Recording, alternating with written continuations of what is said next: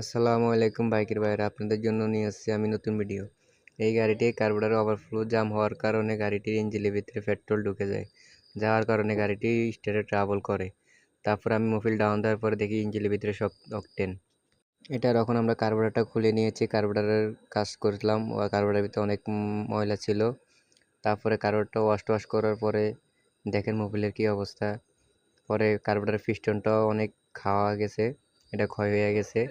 আমরা পিস্টনটাও চেঞ্জ করে দিব। তারপরে যে পিস্টনটা চেঞ্জ করে দিলাম, দেওয়ার পরে মুভিলের অবস্থাটা দেখেন কী হয়। যাক, ইঞ্জিনটা ফ্লাশ করে নিলাম। এখন আমরা গাড়িতে মুভিলটা অন করে দিছি। নতুন একটা মুভিল ভরে দিলাম গাড়িতে 40 গ্রেডের।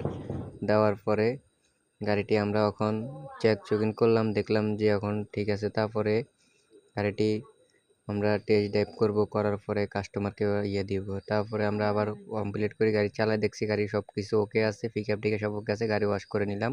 আসসালামু আলাইকুম।